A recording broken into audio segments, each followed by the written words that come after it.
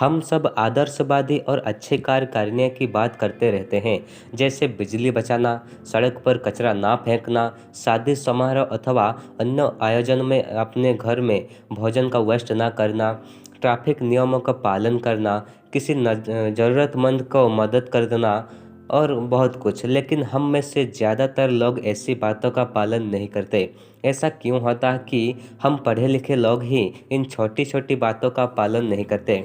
सबसे ज़्यादा खाना हम पढ़े लिखे लोग ही वेस्ट करते हैं, जबकि दूसरी ओर भारत में रोज़ाना लाखों लोग भूखे सोते हैं। हम पढ़े लिखे लोग ही बिजली का वेस्ट करते हैं, जबकि भारत के हज़ारों गांवों में अभी भी बिजली नहीं पहुंच पाया है। ऐसे पढ़े लिखे लोग ही आसानी से मिल जाएंगे, जिसके पास इतना भी टाइम नहीं है कि वो सड़क पर पड़े हुए घायल व्यक्ति को अस्पताल पहुंचा दे। ऐसा क्यों होता है कि हम पढ़े लिखे लोग ही इन बातों को नहीं समझते? इसका सामान्य सा कारण है, और वह यह है कि वो हमारी ये जो नकारात्मक सोच है। हम में से ज़्यादातर लोग ये सोचते हैं, मानते हैं और कहते हैं कि केवल मेरे अकेले के द्वारा इन बातों का पालन कर लेने से क्या हो जाएगा, इससे क्या फ़र्क पड़ जाएगा। वो इन कहावतों पर विश्वास करते हैं और अकेला चना भांड नहीं फोड़ सकता, ऐसा कहते हैं। कहावतें तो बहुत है।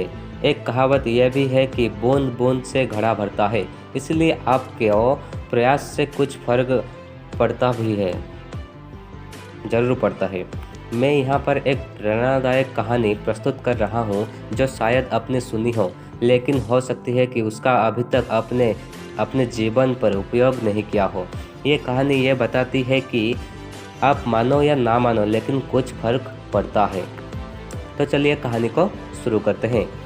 एक आदमी समुद्र तट पर चला जा रहा था। उसने देखा कि कुछ दूरी पर एक युवक ने रेत पर झुककर कुछ उठाया और आहिस्ता से पानी में फेंक दिया।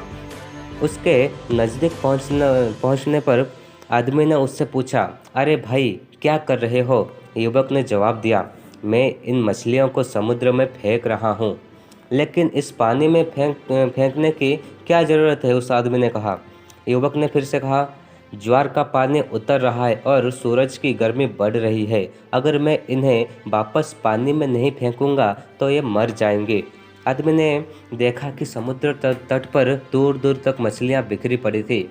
वो बोला, इस मील लंबे समुद्र तट पर ना जाने कितनी मछलियां पड़ी हुई होंगी। इस तरह कुछ को पानी में वापस डालकर तुम्हें क्या मिल जाएगा? इससे क्या फ़र्क पड़ेगा?